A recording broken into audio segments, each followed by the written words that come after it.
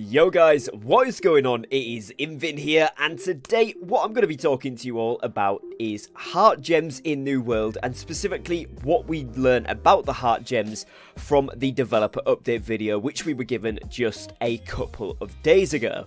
Now, in this update video, the developers went over a ton of things relating to the brand new Brimstone Sands area. As well as this, they also went over quite a lot of in-depth information on specifically the Heartgems, which is kind of what I wanted to cover today because it gives us a little bit of information on how they come into the story, how it works, and why they've decided to kind of add these in as a horizontal progression feature instead of basically increasing the level cap or increasing the gear score cap in New World. So the first things first, the origin is very early on in the main story quest. You actually get this, so players, what they do is obviously insert, is the word that they used in the dev update video, the Heartgem into their chest when they die, and that is how it protects them from being corrupted. So it brings them back to life and it protects them from being corrupted. Now that is how you kind of survive as a free-willed spirit on Aeternum without actually getting infected by the corruption yourself. And during the story, those events take place and you sort of understand that that is the case. But up until now, it was kind of just one of those things. It was in the story, but it was neither here nor there. Now it actually makes sense because you can utilize this Heartgem to have these active abilities. So that was quite an interesting piece of information they gave us that basically said, actually, it's got some rooting in the story, and I think that obviously wasn't intentional from the very start, but now they're adding it in with what is already there in the story, which I really like. Now, this soul gem that you put into the character's body also is part of how they become a soul warden, which is kind of where all players start off, or all of the people that first came to Aeternum were soul wardens, and then they split off into the Syndicate, the Marauders, and the Covenant, so the three factions. Now, obviously, that's how you become a soul warden, and then you pick which faction to join later on, so that kind of now makes a little bit more sense. And with some of the Isabella talking sequences, as well as some of the cutscenes they were speaking about, obviously I haven't seen them myself, but they were mentioning in this dev update video as well, that was going to explain this a little bit better, so that we had a nicer understanding of how you become into one of these factions. And obviously with the enclaves and stuff, this is now a much more important decision, and maybe more to some people than green, yellow or purple, but again, those that aren't that bothered about the lore, just want to get into the game, you can just pick your favourite colour or whatever too, so that's great. Now, when you do actually complete the main story quest and get yourself all the way into Brimstone Sands, obviously you'll need to be max level by this point, so for those that are just starting the game when this update comes out, it'll be a little while off, but once you do get there, and obviously anybody who is already max level, once the update drops, you will need to follow the main story quest in Brimstone Sands, or into Brimstone Sands, and through to a certain point where you will then be given a quest to go ahead and get your Heart Rune Gem.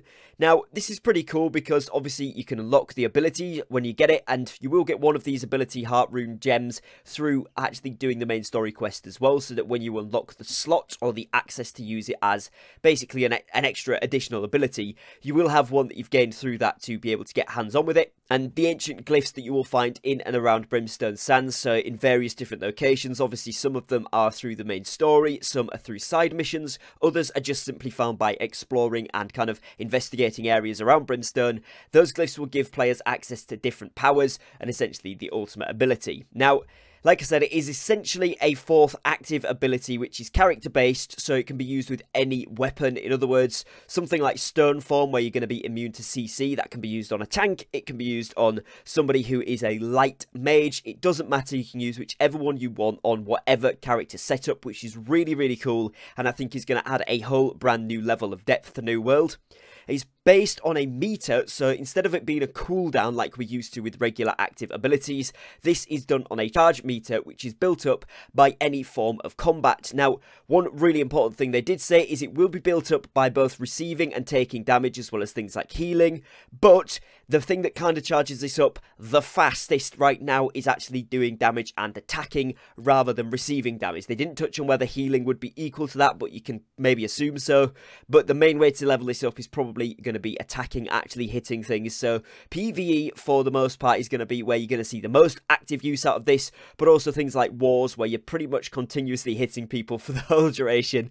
You're going to see a pretty good usage out of this, and that is really cool because I think it's going to give everybody a brand new source of power. Roughly what they worked it out at is that you would use this if you are in active combat once every minute or thereabouts. So maybe you could say between 25 and 30 times in a 30-minute war, for example, or an invasion, which is pretty cool. It's quite a lot, and it is obviously not quite as much as your active abilities. You can use those several times a minute, but it is something that can be quite powerful and either cause a good bit of DPS or a really, really good kind of immunity to something. So overall, I do think that fits quite nicely, and I think it's going to make for some very interesting PvP and PvE encounters. Now, how you actually obtain the Heartgems, like I mentioned, you will get your first tier 1 Heartgem rune as you are going through the main story quest in Brimstone Sands, but you will also be able to obtain the other tier 1 heart rune gems, so the different variations of them, from the endgame expedition. So Lazarus, Garden of Genesis, Barnacles and Black Powder, Tempest Heart, and then of course the brand new Ennead.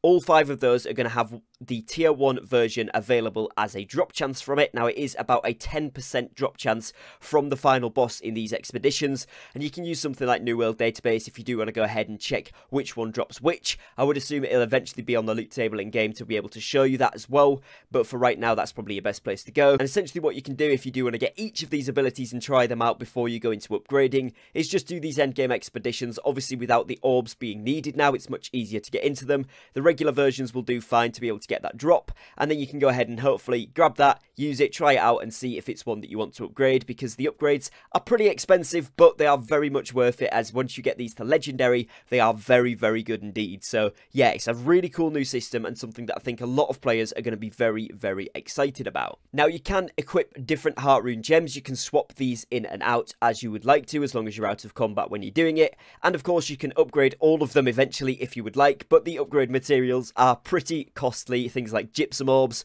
thousands of umbral shards, among other things that you need from like elite chest runs only once this update drops, that sort of stuff. So it is going to be fairly hefty to upgrade these, so I wouldn't recommend just rushing in. I would recommend trying out a few of them, or at least doing a little bit of research into ones that you might like, and then, you know, going ahead and upgrading that once you've actually chosen, because yeah, it's going to be pretty expensive, and I think most of us will probably just do 1 or 2 to max level, because yeah, it's going to be a heavy hitter. That being said, once they are actually at that legendary level, they do either a lot more damage or protect you for a lot longer, which is going to make these super, super sought after. It is very much an end game activity, and I think that is going to be very differential in PvP, especially in wars. These are going to be super useful. OPR as well, where it's an all-out battle consistently, and even the 3v3 arenas, where you're going to be able to proc these multiple times, and they are going to be things that really can save you in the battle, or really help you to eliminate an enemy. If you are going to get, maybe for example, the cannon blast, which does a burst of DPS. If someone's low, they're running away, you pull the cannon out, especially as something like a bruiser with a warhammer and great axe, giving you that option to have just a little bit of range to be able to finish off a target that's potentially running from you, or something in that kind of gameplay is going to be super cool, and I think it's something very different to what we've got currently in New World, and I think it is going to be very, very exciting for a lot of players. So that was basically what I wanted to touch on in today's video, essentially what the developers had discussed about Heart Rune Gems in their latest dev update video. So that, amongst a lot of other stuff, this is looking like a very cool update, and I'm super excited to see what else we get leaked towards us in the coming few days and weeks. But do let me know what your favourite thing from the Heart Gems is going to be, which one you're looking towards getting. Are you going to go straight for legendaries, or are you going to try and unlock all of the tier 1 ones first? What's your plan? And also, what weapons are you going to be running with the combination? So are you going to do something like Stone Form with a blunderbuss, or are you going to go for the bruiser with the cannon blast? Like I said there, that could be a really cool, interesting one. Do let me know all of that down below in the comments, and other than that, I will catch you guys again very, very shortly on a brand new video. So thanks for your time, make sure to subscribe and like, and I'll catch you on the next one. Peace.